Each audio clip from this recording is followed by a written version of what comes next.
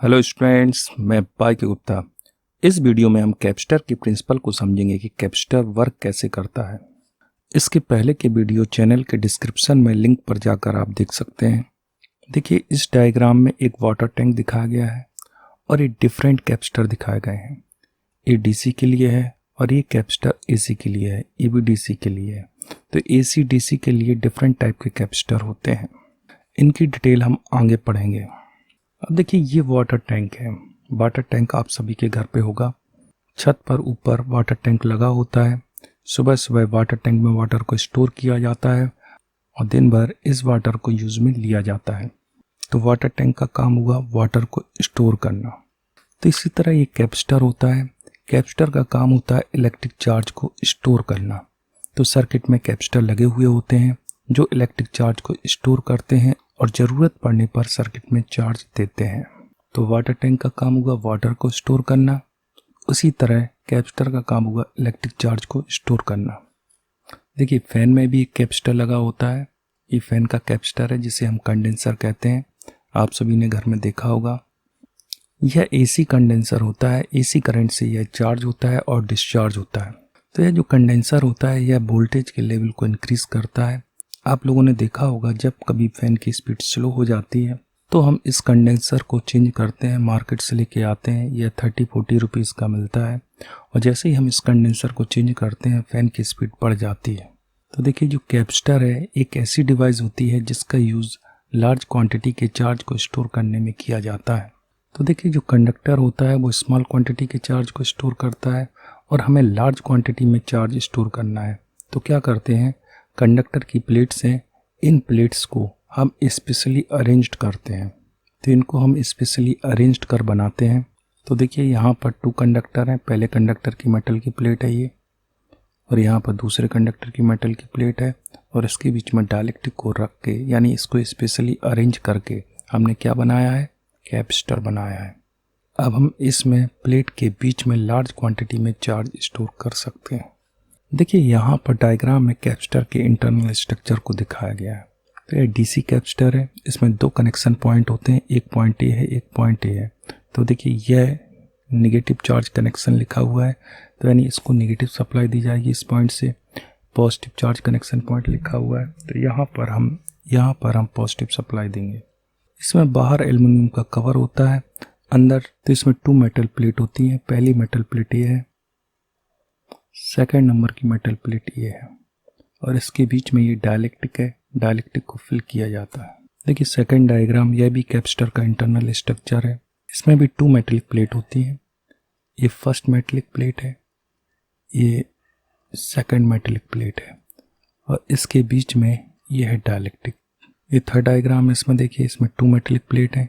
ये पहली प्लेट है, ये सेकंड प्लेट है और इसके बीच में ब्लू कलर से डाइलेक्ट्रिक को रिप्रेजेंट किया गया है। बीच में डाइलेक्ट्रिक को फिल किया जाता है और एक टर्मिनल यहाँ से आउट किया जाता है, दूसरा टर्मिनल इधर से आउट किया जाता है। तो ये कैपेसिटर के इंटरनल स्ट्रक्चर है। अब हम कैपेसिटर के प्रिंसिपल को समझेंगे। अब देखिए, कैपेसिटर के प्रिंसिपल को समझने के लिए हम एक मेटलिक प्लेट ए लेते हैं। तो ये मेटलिक प्लेट है ए। अब देखिए, ये प्लेट को हम दे रहे हैं पॉजिटिव चार्ज। तो ए प्लेट को पॉजिटिव चार्ज हम देते हैं। देखिए, ए प्लेट को जैसे जैसे हम पॉजिटिव चार्ज देते जाते हैं वैसे वैसे ए प्लेट का पोटेंशियल बढ़ता जाता है। तो इसको हम एक लिमिट तक ही चार्ज दे सकते हैं।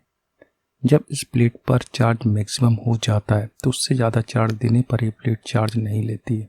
सिमिलर उसी तरह समझ सकते हैं, जैसे वाटर टैंक है, 500 लीटर का है, तो उसको हम पानी भरते हैं तो पानी उसमें आता जाता है और जब 500 लीटर वाटर उसमें पूरा भर जाता है तो वाटर ओवरफ्लो होने लगता है। उसी तरह ये मेटलिक प्लेट भी, इसको चार्ज दिया जाता है तो इसकी कैपेसिटी है, उतना ये चार्ज लेगी।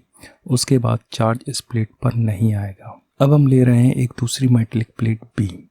इस प्लेट को ये प्लेट के पास रखते हैं, क्लोज रखते हैं। अब देखिए, जो बी प्लेट है इस प्लेट पर अभी कोई चार्ज नहीं है, यानी जितना नेगेटिव चार्ज है उतना ही पॉजिटिव चार्ज है, तो न्यूट्रल है। ए प्लेट के पॉजिटिव चार्ज के इफेक्ट से बी प्लेट के इनर सरफेस पर नेगेटिव चार्ज और आउटर सरफेस पर पॉजिटिव चार्ज इंड्यूस हो जाता है। तो देखिए, इनर सरफेस पर नेगेटिव चार्ज आ रहा है, आउटर सरफेस पर पॉजिटिव चार्ज आ रहा है। अब हम बी प्लेट को एक कंडक्टिंग वायर से अर्थ से कनेक्ट करते हैं। यानी बी प्लेट को ग्राउंड करते हैं। जैसे ही हमने बी प्लेट को ग्राउंड से कनेक्ट किया तो बी प्लेट का जो पॉजिटिव चार्ज है यह धीरे धीरे ग्राउंड में चला जाता है,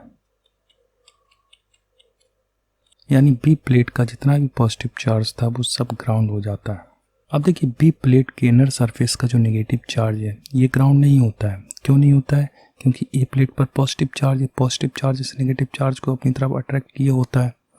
तो ए प्लेट के पॉजिटिव चार्ज के कारण बी प्लेट के इनर सरफेस का चार्ज ग्राउंड नहीं होता है। तो प्रिंसिपल ऑफ कैपेसिटर क्या होगा? इसमें एक प्लेट ए को पॉजिटिव चार्ज दिया जाता है, पास रखी दूसरी प्लेट बी के इनर सरफेस पर नेगेटिव चार्ज इंड्यूस हो जाता है। इसी को हम प्रिंसिपल ऑफ कैपेसिटर कहते हैं। तो यह जो अरेंजमेंट है इस अरेंजमेंट को हम कैपेसिटर कहते हैं। कैपेसिटर की दोनों प्लेट, पॉजिटिव प्लेट और नेगेटिव प्लेट के बीच में एनर्जी इलेक्ट्रिक फील्ड के फॉर्म में स्टोर होती है। इसको एरो से रिप्रेजेंट किया गया है।